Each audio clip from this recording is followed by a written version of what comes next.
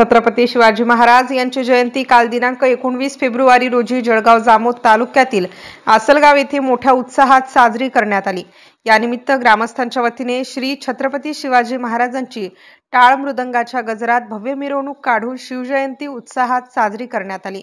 कार्यक्रमाला प्रमुख उपस्थित स्वामी रामभारती महाराज चांगेफळ यांच्या हस्ते छत्रपती शिवाजी महाराजांच्या पुतळ्याची विधिवत पूजा अर्चा करून मिरवणुकीला सुरुवात करण्यात आली।